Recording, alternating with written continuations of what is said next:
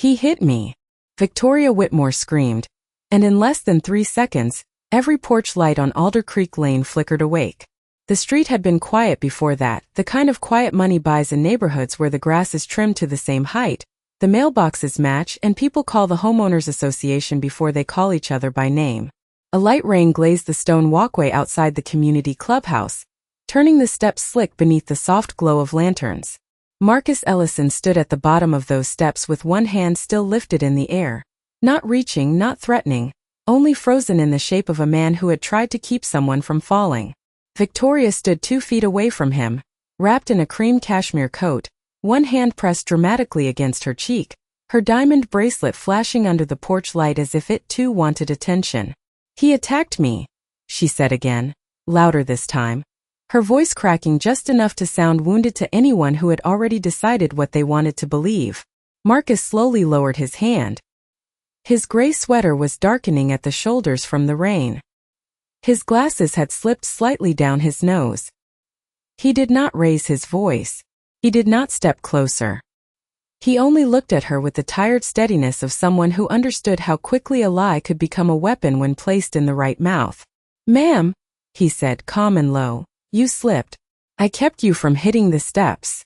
But the words barely made it past the mist between them before windows opened, curtains shifted, and phones appeared like small cold mirrors in the hands of neighbors who had watched Marcus for 3 months without ever really seeing him. A man in a navy vest whispered from the sidewalk, "Isn't that the new guy from the end house?" Another woman pulled her robe tighter and stared at Marcus the way people stare at a locked door they think should not be open. Victoria heard them. Marcus saw her hear them. Something in her posture changed. Her shoulders lifted. Her chin trembled with performance. She pointed at him with a polished finger and said, "I told the board he made me uncomfortable. I told them this would happen." The rain tapped softly against the clubhouse roof, innocent and steady, while Marcus stood beneath it alone. Behind Victoria, the white columns of the clubhouse rose tall and clean, holding up a roof that had hosted wine tastings, charity auctions, and meetings about fence paint and holiday lights. Behind Marcus, the street curved toward the smaller house at the far end, the one with basil growing on the porch and an old American flag folded neatly inside the front window. He had come to the meeting because Victoria had filed another complaint about his yard, though his grass was shorter than hers and his trash cans were never left out past morning. He had listened while she spoke about standards, about neighborhood character, about safety. She never said black. She did not have to. In places like Alder Creek, certain words wore gloves. Now she had found a better word. Hitting. It landed harder than any rule she could quote. Marcus looked past her toward the security camera mounted under the clubhouse eave. A maple branch swayed in front of it, wet leaves brushing the lens, hiding the angle that mattered most. Victoria followed his gaze and then looked back at him. For half a second her fear vanished, replaced by calculation, quick and sharp as a match strike.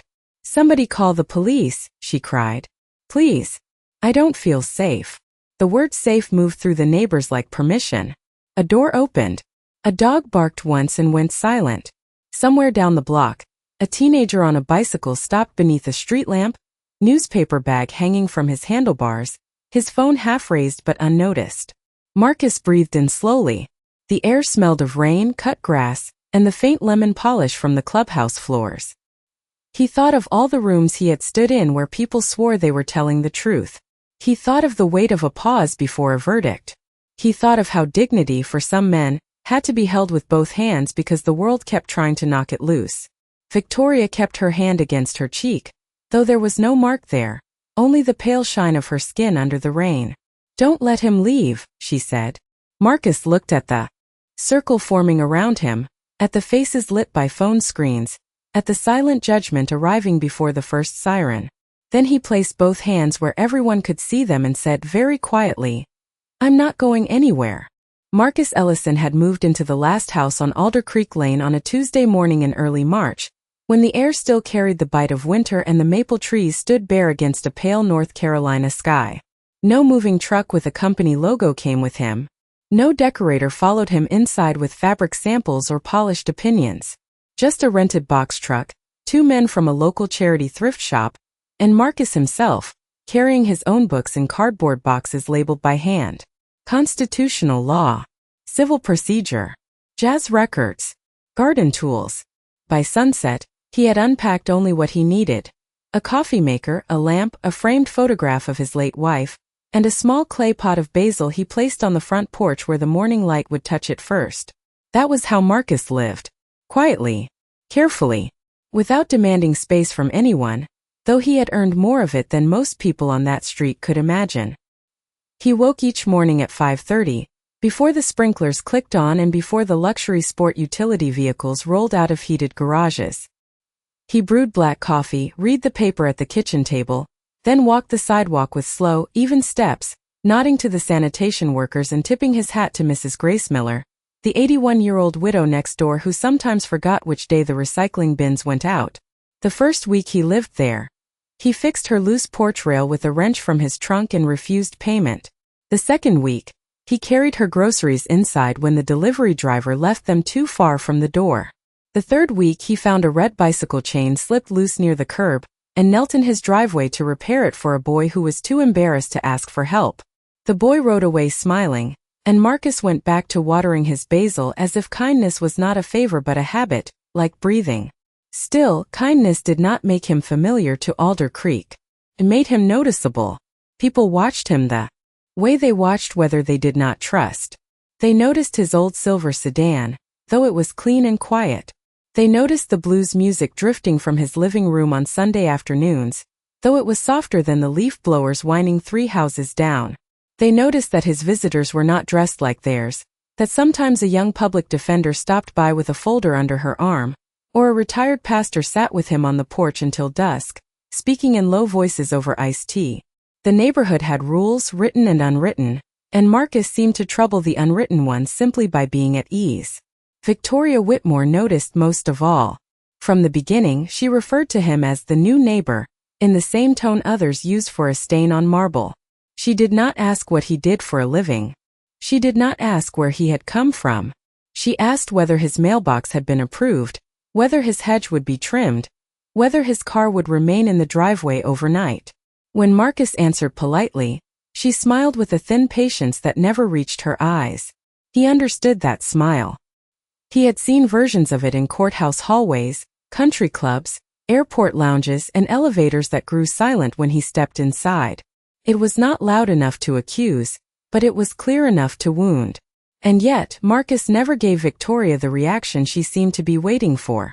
He attended meetings. He paid dues. He waved when spoken to. He let silence do the work pride might have ruined.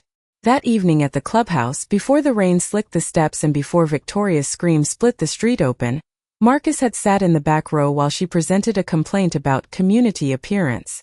Her slides showed photographs of his porch, his basil plant, his folded flag, his sedan parked squarely within the lines.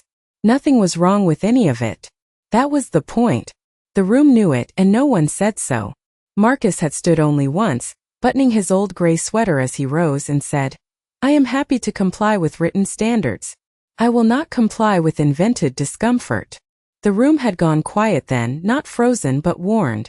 Victoria's face had tightened like a door closing from the inside. 10 minutes later, outside beneath the wet lantern light, she slipped. Marcus reached out because a human being was falling. Not because she deserved it.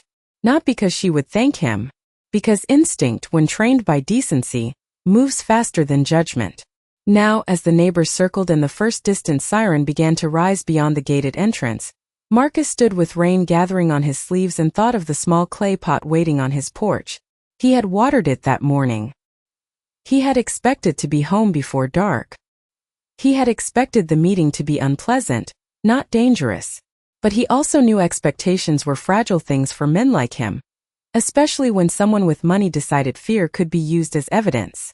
Victoria Whitmore had spent 15 years turning Alder Creek from a neighborhood into a mirror, and she expected every house, every face, every sound to reflect the world exactly as she preferred it. Her own home sat 3 doors from the clubhouse, a white brick estate with black shutters, gas lanterns, and a driveway curved like a private road. In spring, imported hydrangeas lined her walkway in careful blue clusters. In winter, warm lights wrapped every tree with professional precision, Never too bright, never uneven. Nothing about Victoria appeared accidental. Her hair was always smooth, her pearls always centered, her thank you notes always handwritten on thick ivory paper. She spoke softly at fundraisers and firmly at board meetings, the kind of woman who could make an insult sound like concern if she tilted her head just right. People in Alder Creek called her organized. Some called her protective. A few behind closed doors called her exhausting.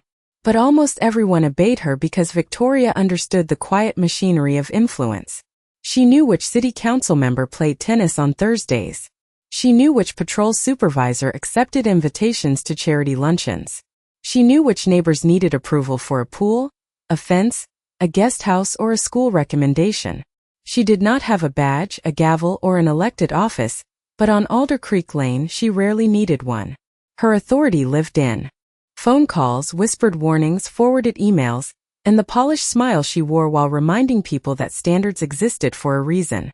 Before Marcus arrived, her world had stayed mostly undisturbed. The residents were wealthy, mostly white, careful with appearances, and fluent in the language of polite exclusion. No one slammed doors. No one shouted slurs across lawns. They did not need to.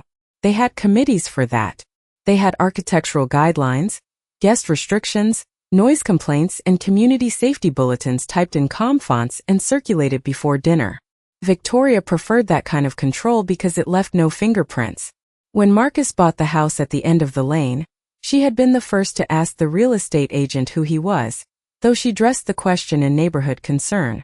Was he renting or buying? Did he have family nearby? Would there be frequent visitors? The agent had smiled and said only that Mr. Ellison had excellent references and had paid without trouble. That answer had bothered Victoria more than silence. Money in her mind was supposed to announce itself properly. It was supposed to arrive with a certain car, a certain accent, a certain circle of friends. Marcus arrived with cardboard boxes, worn leather gloves, and a calm that refused to explain itself. At the first homeowners association meeting he attended, Victoria watched him from the front table while pretending to read the agenda. He sat in the back, shoulders relaxed, hands folded over a notebook, listening more than speaking. That irritated her. People who belonged usually tried to prove it.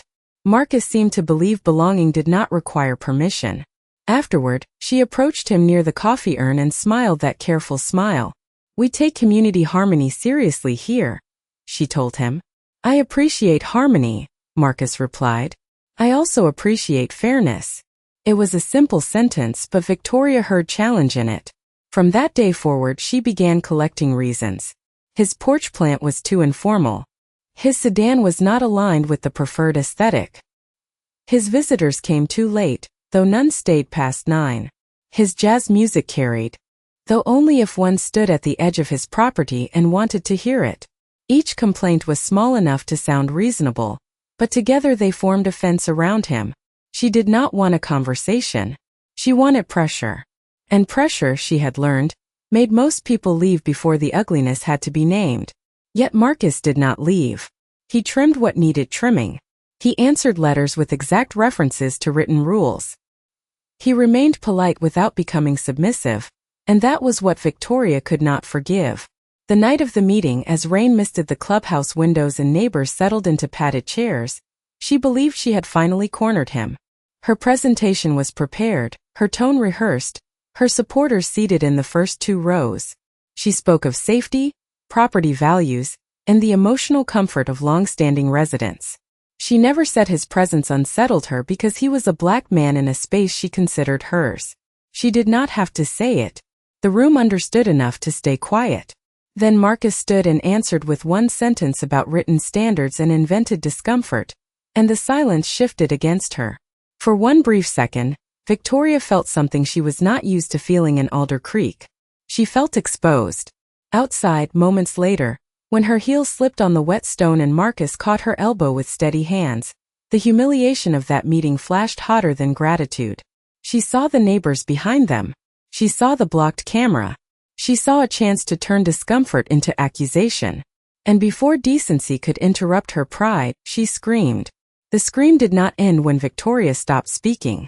It remained in the air, hanging over the wet stone steps, repeating itself through whispers, phone screens, and the stunned silence of people who had not seen enough but were already preparing to remember too much. Marcus Ellison stood with his palms open at his sides, rain collecting along the cuffs of his sweater, while Victoria stepped backward into the glow of the clubhouse lanterns as though light itself could testify for her. "Stay away from me," she said, though Marcus had not moved. A few neighbors shifted closer to her. Not close enough to help, only close enough to be seen on the correct side of the moment. Mrs. Grace Miller stood near the clubhouse door, one hand pressed against the frame, her face pale with worry. She had watched Marcus catch Victoria's elbow. She had seen the slip, the quick reach, the second of balance restored. But Grace was 81, soft-spoken, and used to being ignored by people who had louder houses and sharper voices. She opened her mouth once, then closed it when Victoria looked her way with a warning hidden inside her tears. Across the street, Ethan Brooks sat frozen on his bicycle beneath a street lamp, his newspaper bag damp against his hip. He had been recording a short video for his mother, proud that he had finished his route before the rain grew heavier. His phone, still angled from the handlebars, had caught more than he realized. The clubhouse camera above the steps blinked red behind the moving maple leaves, useless at the exact angle everyone would soon argue about. "I was leaving the meeting," Marcus said, his voice steady enough to make the silence feel ashamed. Mrs. Whitmore lost her footing. I reached out to keep her from falling. Victoria gave a short, breathless laugh that sounded practiced. "That is not what happened. He grabbed me." He was angry because the board confronted him. The word angry traveled faster than truth. Marcus felt it pass from face to face, changing his posture in their eyes, darkening every calm breath until restraint itself became suspicious. He looked at the people around him, not pleading, not accusing, simply measuring the room that had spilled outside. "Did anyone see me strike her?" he asked. No one answered. That should have mattered. Instead, it created space for Victoria to fill. "People like him know how to make things look innocent," she said, then caught herself as if the sentence had walked too close to honesty. "I mean people who are trying to intimidate others." Marcus turned his eyes to her. There was no rage in them, only a sadness so controlled it seemed carved from stone. "You should be careful," he said softly. "False words can still leave real damage." Victoria's expression tightened. For a moment the rain seemed louder than the crowd. Then the distant siren rose beyond the gate, thin at first, then growing until blue and red light began to wash over the trimmed hedges and polished mailboxes of Alder Creek Lane. A patrol car rolled to the curb, tires hissing over wet pavement. Officer Daniel Price stepped out, young, broad-shouldered, and already scanning the scene through the story he had been handed by the call. His eyes moved first to Victoria, wrapped in cashmere and surrounded by neighbors, then to Marcus standing alone at the base of the steps. That order mattered. Everyone felt it, even if no one said so. Victoria hurried toward the officer with one hand still at her cheek. "Thank God you are here," she said. "I was terrified." Officer Price softened his voice. "Ma'am, are you injured?" Marcus watched the question land like comfort before evidence. He watched Victoria lower her eyes, giving the moment shape. "I just want to feel safe in my own neighborhood," she whispered. Price nodded, then looked at Marcus with a different face entirely. "Sir, keep your hands where I can see them." Marcus lifted his hands slowly. Not because he was guilty, because he knew what fear could do when wearing a uniform. Grace took one small step forward, then stopped again, trembling against the doorway. Ethan's phone kept recording from the bicycle mount, its tiny lens holding the truth while the adults around it misplaced theirs. "Officer," Marcus said, each word deliberate, "I would like to make a statement, and I would like you to preserve any available video from this clubhouse and nearby homes." Price frowned, as if procedure sounded inconvenient coming from him. "We will get to that." "With respect," Marcus replied, "you should get to that first." The officer's jaw flexed. Victoria looked up quickly, sensing control slipping by an inch. "He is doing it again," she said. "He is trying to intimidate everyone with legal talk." Marcus said nothing for a beat. The rain slid down his temple, crossed the edge of his glasses and fell. Then he looked at the officer, at the neighbors, at Victoria standing beneath the lantern light, and spoke with quiet force. "No. I am trying to stop a lie before it becomes official. Officer Daniel Price did not reach for Marcus right away. He looked around first, taking in the expensive homes, the wet pavement, the ring of neighbors, and Victoria Whitmore standing beneath the clubhouse lanterns with one hand still hovering near her cheek. The scene told a story before anyone finished speaking, and it was the kind of story people in uniform were often trained to interrupt, not question. "Sir," Price said, his voice firmer now, "I need you to step over to the patrol car." Marcus held his hands where they could be seen. "Am I being detained?" The question was calm, but it tightened the air. A few neighbors glanced at each other as if calmness itself had become disrespectful. Victoria gave a soft, wounded sound. "Why is he interrogating you?" she asked. "He knows what he did." Price looked at Marcus. "Step to the car." Marcus obeyed. Slow steps. No sudden movement. The rain had grown colder, needling through his sweater, darkening the concrete beneath his shoes. As he moved past the circle of neighbors, he heard fragments drift from the edges like smoke. "I always thought something was off." Victoria warned the board. Why would she lie? That last question was the oldest lock in the world, and Marcus knew how often it kept truth outside. At the patrol car, Price asked him to turn around. Marcus did, facing the clubhouse now, facing Victoria, facing the people who had borrowed certainty from her fear. The officer brought Marcus's hands behind his back and closed the metal cuffs around his wrists. The sound was small, almost neat, but it cut through Alder Creek Lane more sharply than the siren had. Grace Miller flinched at the doorway. Ethan Brooks stopped breathing for a second under the street lamp. Victoria lowered her eyes, but not before Marcus saw relief move across her face. Not fear. Relief. "Officer," Marcus said quietly, "your body camera should be on." Price paused. "It is." "Good," Marcus replied. "Please state the basis for the detention on the record." Price's jaw moved once, as if he were biting back irritation. "We received a report of an assault." "You received an allegation," Marcus said. "There is a difference." A neighbor muttered. "There he goes again." Victoria stepped closer, safe behind the officer's shoulder. "This is exactly what I meant," she said, her voice trembling with carefully measured offense. "He twists words. He makes people feel small." Marcus looked at her, then at the maple branch swaying in front of the clubhouse camera. "No, Mrs. Whitmore. I make words stay where they belong." Price opened the rear door of the patrol car. The interior light came on, pale and sterile, falling across the black vinyl seat. Marcus glanced inside, then back at the street he had walked every morning before sunrise. The same mailboxes, the same lawns, the same houses with windows now filled by faces that would not meet his eyes. He thought of the federal courthouse downtown, 32 miles away, where his name was carved on a brass plate outside a courtroom with high ceilings and polished wood. He thought of defendants who had stood before him shaking with the terror of being misunderstood by strangers with power. He thought of mothers clutching documents, fathers swallowing tears, young men staring at the floor while everyone else decided who they were. He had told juries more than once that presumption was not proof. Tonight, in his own neighborhood, that sentence had no shelter. "I will cooperate," Marcus said. "But I want it noted that I requested video preservation, witness separation, and a complete statement before any conclusion is drawn." Price guided him toward the seat without force, more embarrassed now than angry, but still committed to the path he had started. Marcus sat carefully, folding his dignity into the small space left to him. Rain tapped on the roof of the car. Blue light passed over his glasses, then red, then blue again. Victoria stood framed by the lanterns, speaking softly to two neighbors who nodded as if comfort were the same as truth. Grace Miller finally stepped off the clubhouse threshold. "Officer," she called, her voice thin but clear. "I saw him help her." Victoria turned sharply. Price looked over his shoulder. For 1 second everything paused. Then, Victoria's face tightened with the swift panic of someone hearing a door unlock. "Grace," she said, sweetness stretched too thin. "You were inside. You are confused."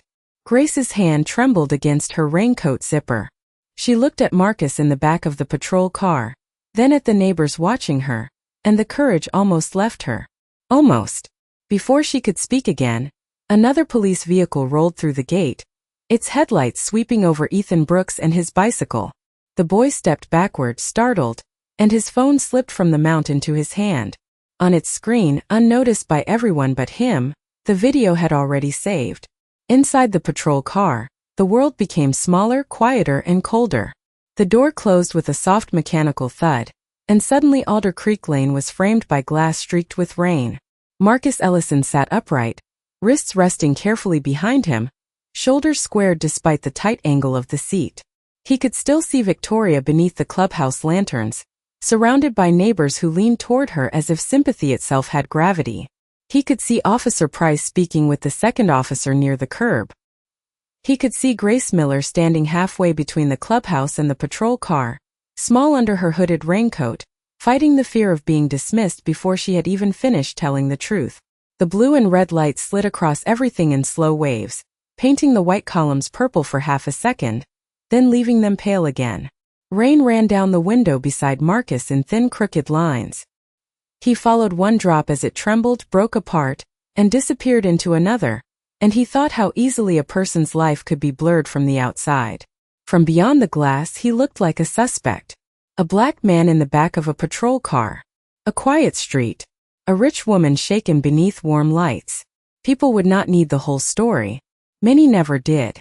They would fill in the missing pieces with whatever they already carried inside them. Marcus inhaled slowly through his nose and let the breath leave without sound. He had spent years asking people to trust process over panic, evidence over performance, law over instinct. He had said those words from a bench of polished wood, wearing a black robe that made strangers lower their voices. But no robe was here now. No seal of the United States hung above him. No clerk announced his courtroom. Tonight, his title was hidden under an old gray sweater, and the system he served had met him first as a body before it met him as a name. That truth did not surprise him. It simply hurt in a place too old to show.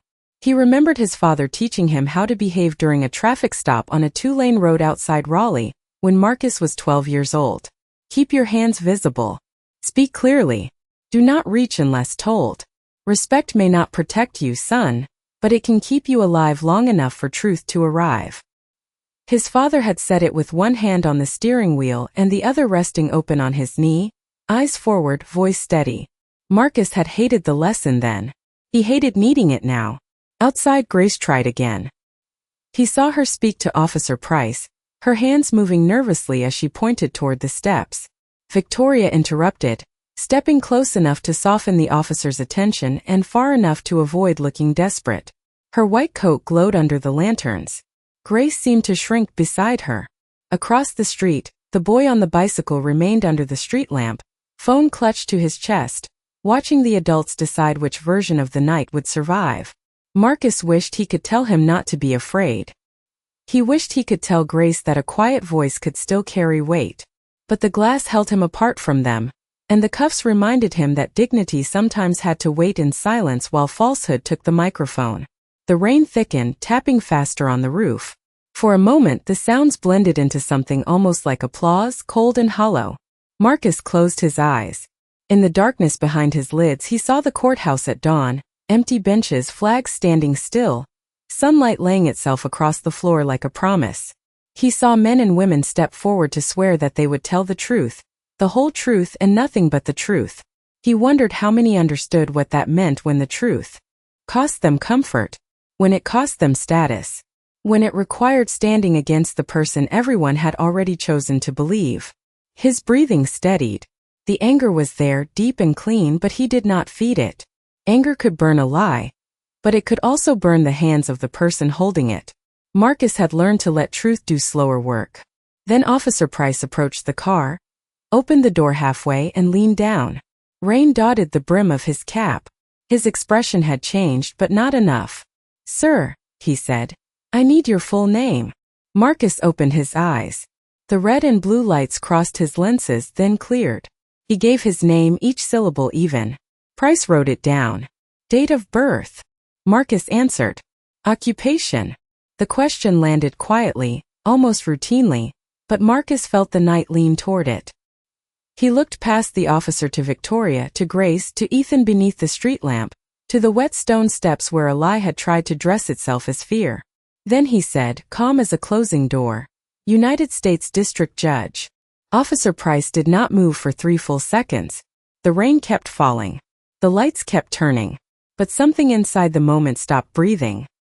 His pen hovered above the notepad, suspended between routine and consequence, while Marcus Ellison sat in the back of the patrol car with his posture unchanged. Could you repeat that, sir? Price asked, and the word sir came out different this time, softer at the edges. Marcus looked at him through the open door. I am a United States District Judge for the Eastern District of North Carolina. The second officer, a woman named Sergeant Angela Reeves, had been speaking with Victoria near the clubhouse steps. She turned sharply when she heard the title. Her eyes moved from Marcus to Price, then to the cuffs, then back to Marcus again with the quick professional awareness of someone watching a mistake become visible in real time. Victoria's face changed more slowly. At first, she looked annoyed, as if Marcus had mentioned a meaningless credential to delay the inevitable. Then she saw the officer's expressions, saw the neighbors straighten, saw the story she had built begin to crack from the inside. That cannot be right, she said too quickly. He would have said something before. Marcus answered from the car, calm but clear. I did not believe my occupation should matter more than the evidence. That sentence landed harder than any raised voice could have. Price swallowed. Judge Ellison, I am going to verify your identity. You should, Marcus said.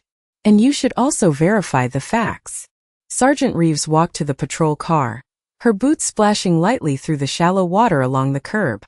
Judge, I am going to remove the cuffs while we sort this out. Marcus held her gaze. Thank you, Sergeant. Please make sure your body camera records that I have not resisted, threatened, or attempted to leave. Yes, sir, she said. The cuffs clicked open. The sound was no louder than before, but this time it seemed to loosen the whole street. Marcus brought his hands forward slowly, rubbing one wrist with the fingers of the other, not dramatically, not for pity, only because metal leaves a cold memory on skin. Grace Miller covered her mouth with one hand. Ethan Brooks, still under the street lamp, stared at the phone in his palm as if it had become heavier. Victoria stepped toward Price. Officer, I do not care what he does for work. He put his hands on me. Sergeant Reeves looked at her.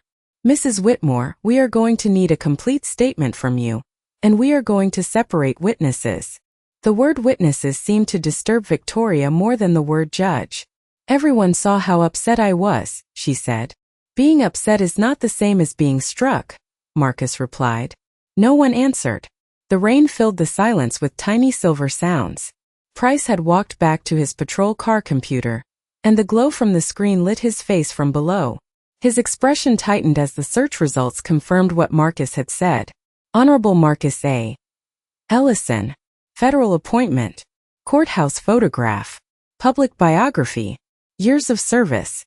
The image on the screen showed the same man now standing beside the patrol car in a rain-darkened sweater, except in the photograph he wore a black robe and the quiet authority of a courtroom that would have made every person on that street lower their voice.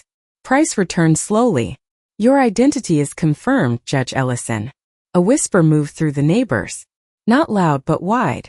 The kind of whisper that rearranged posture. People who had leaned toward Victoria now leaned away from certainty. A man who had been recording lowered his phone. A woman near the mailbox looked down at the pavement. Victoria's hand dropped from her cheek for the first time, and under the lantern light there was still no mark, no redness, no sign of the injury she had performed so carefully. Sergeant Reeves noticed. So did Grace. So did Ethan. I saw it, Grace said suddenly, her voice trembling but stronger than before. He did not hit her. She slipped and he caught her arm.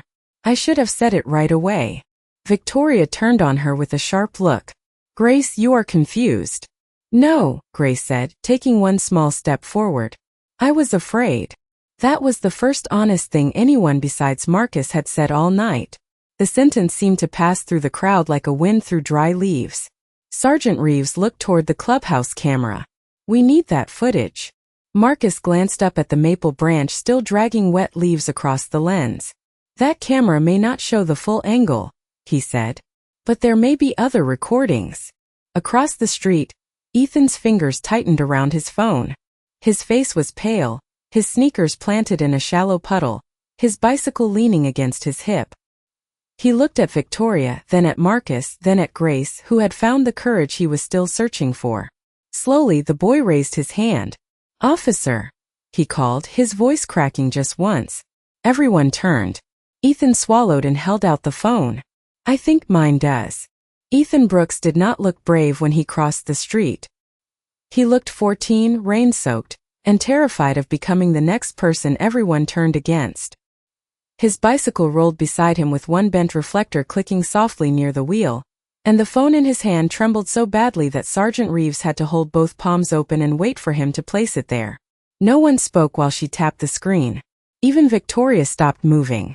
The video began with a shaky view of the clubhouse steps from across the street, half blocked by the wet curve of Ethan's handlebars. His voice could be heard at the beginning, quiet and cheerful, telling his mother he had finished the last delivery before the rain got bad. Then the frame shifted. The meeting doors opened. Neighbors came out in small groups beneath umbrellas and coat collars. Victoria appeared first, walking fast, her heels sharp against the stone, Marcus a few feet behind her with his hands in his sweater pockets. The screen caught the slick step. It caught Victoria's heels slide. It caught her body tilt backward toward the edge of the walkway. And then it caught Marcus reaching out, steadying her by the elbow for less than 2 seconds before immediately letting go. There was no strike, no shove, no anger, only help. Sergeant Reeves watched without blinking. Officer Price stepped closer, his face draining of its earlier certainty. Grace Miller began to cry silently, not from sadness alone, but from the sudden relief of seeing truth given a shape no one could interrupt. The video continued. Victoria looked down at Marcus's hand, then toward the neighbors, then up at the clubhouse camera hidden behind the maple leaves. Her expression changed. She stepped back, lifted her own hand to her cheek and screamed. The sound came from the phone and from memory at the same time. Thinner now, uglier, stripped of the fear it had borrowed. A quiet shock passed through Alder Creek Lane. People looked away from the screen, then back again, as if hoping the truth might soften if they refused it once. It did not. Victoria stood perfectly still beneath the lanterns, her cashmere coat damp at the shoulders, her diamond bracelet dull under the rain. "That is not the full context," she said, but the words were already sinking. Sergeant Reeves locked the phone screen and turned to her. "Mrs. Whitmore, you need to stop speaking for a moment." Victoria's mouth opened. No sound came. Marcus watched her without triumph. That was what unsettled her most. He did not smile. He did not lift his chin in victory. He did not perform innocence the way she had performed fear. He simply stood there, rubbing the faint mark where the cuff had pressed his wrist, looking at her as if he could see past the expensive coat, past the house, past the polished years of getting people to move aside. Price turned toward Marcus, rain slipping from the brim of his cap. "Judge Ellison," he said, and his voice carried enough for the neighbors to hear. "I owe you an apology." Marcus held his gaze. "You owe the process one first." The officer looked down, then nodded. "Yes, sir." Victoria's face tightened. "This is humiliating," she whispered, as if humiliation had only entered the story when it reached her. Marcus finally spoke to her directly. "No, Mrs. Whitmore. This is accountability. Humiliation is what you tried to give me before the truth arrived." The words did not rise. They did not need to. They moved through the damp air with the weight of something signed and sealed. Grace stepped closer to Ethan and placed a hand gently on his shoulder. The boy kept his eyes on the ground, overwhelmed by the attention, until Marcus turned to him. "Young man," Marcus said, "you did the right thing." Ethan swallowed. "I was scared." "Doing right while scared still counts," Marcus replied. Victoria looked smaller then, not because anyone had touched her, not because anyone had shouted her down, but because the room she had controlled for years had suddenly learned to measure her words.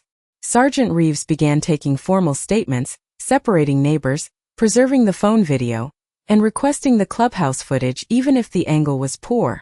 Officer Price documented the removal of the cuffs and the correction of the record. The street that had rushed to Judge Marcus now had to stand there and watch procedure move in the opposite direction. Victoria tried once more to approach him privately near the curb. "Marcus," she said, using his first name for the first time, soft and urgent. I panicked. "You have to understand how it looked." Marcus stepped back just enough to keep the conversation public. "I understand exactly how you wanted it to look." Her eyes filled, but this time no one moved toward her quickly. The rain had slowed to a mist. The lights still flashed. But they no longer seemed to belong to Marcus. They belonged to the lie, to the fear it had used, and to the long record now being written against it. Marcus turned away from Victoria and looked down Alder Creek Lane toward his small house at the end, where the porch light still burned beside the basil plant. He had not raised his voice once. He had not answered cruelty with cruelty. Yet something powerful had happened. The neighborhood had seen that dignity was not silence, kindness was not weakness, and truth, when protected by courage, could make even the loudest lie lower its eyes. By the time the last police lights faded from Alder Creek Lane, the rain had stopped, leaving the street glossy and still beneath the early morning dark. Neighbors drifted back into their homes without the confidence they had carried outside. Doors closed softly. Curtains fell back into place. Phones disappeared into robe pockets and coat sleeves. No one knew what to say after watching a lie collapse in public, so they returned to silence, but it was not the same silence as before. It was heavier, less comfortable, filled with the sound of what they had failed to do. Marcus Ellison walked home alone from the clubhouse, not because no one offered to accompany him, but because he needed the distance. His wrists ached faintly where the cuffs had pressed into the skin. His sweater clung damply to his shoulders. Each step along the sidewalk carried him past the same trimmed lawns and polished mailboxes, but the neighborhood looked different now, as if the rain had washed the shine from it and exposed the wood underneath. At the end of the lane, his porch light still glowed beside the clay pot of basil. The plant had bent slightly under the weather, its leaves dark with water, but it had not broken. Marcus stood before it for a long moment, then reached down and touched one leaf between his fingers. The scent rose clean and green into the cool air. Only then did he unlock his door. Inside, the house was exactly as he had left it. A folded newspaper on the kitchen table. A reading lamp burning low in the front room. His late wife's photograph beside the window, her smile quiet and knowing in the amber light. Marcus removed his wet sweater, hung it over the back of a chair, and stood at the sink with both hands resting on the counter. He did not cry. He did not curse. He simply breathed slow and deep, letting the night move through him without letting it harden there. In the morning, Alder Creek woke late. The storm had cleared, and sunlight spread over the wet grass in silver strips. At 9 o'clock, Victoria Whitmore's resignation from the Homeowners Association board arrived by email, written in the careful language of someone trying to sound graceful while falling from power. By noon, a formal correction had been entered into the police report. By late afternoon, Officer Price stood on Marcus's porch in plain clothes, holding his hat in both hands. He looked younger without the uniform, less certain, more human. "Judge Ellison," he said, "I am sorry. I let the loudest version of the story lead me before the facts did." Marcus studied him for a moment. The apology was not perfect, but it was not empty. "Then let this change how you listen next time," he said. Price nodded, and this time the silence between them did not feel like avoidance. It felt like a lesson being accepted. 2 days later, Grace Miller brought over a lemon pound cake wrapped in foil, her hands shaking less than they had that night. "I should have spoken sooner," she said. Marcus accepted the cake gently. "You spoke when it mattered," he told her. Grace looked down, ashamed. "I was afraid of her." Marcus opened the door wider.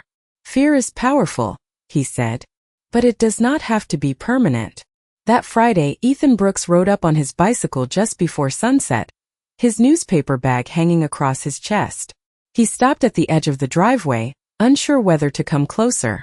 Marcus stepped down from the porch and handed him a small black notebook with a pen clipped to the cover. On the first page he had written, "Write what you see. The truth needs witnesses." Ethan read it twice, then held the notebook against his chest like something fragile and important. Across the street, Victoria stood behind her front window, half hidden by the curtain. She did not come. Outside, she did not wave. For once she watched without controlling what she saw. Weeks passed. The maple branch above the clubhouse camera was trimmed back. The homeowners association rules were reviewed in a meeting where Marcus said little, and others finally said more. Grace began sitting on her porch in the evenings. Ethan waved each morning when he passed. Officer Price requested additional training for his department, quietly but seriously. And Marcus kept living at the end of Alder Creek Lane. He watered his basil. He read his paper. He repaired the loose hinge on his mailbox. Some mornings, neighbors who once looked away now lifted a hand in greeting, awkward at first, then with something closer to respect. Marcus never demanded their shame. He simply allowed them to feel it long enough to become better. One evening, as the sun settled low behind the rooftops and turned every window gold, Marcus stood in his yard with the garden hose running in his hand. Water fell softly into the soil, darkening it around the basil stems. The air smelled of cut grass, rain memory, and summer coming on. No sirens. No shouting. No circle of judgment beneath cold lights. Just a quiet street learning slowly that peace is not the absence of truth, and justice does not always arrive like thunder. Sometimes it comes as a man standing where others tried to remove him, still kind, still steady, still unbroken, while the whole neighborhood finally learns how loud silence can be when it belongs to the innocent.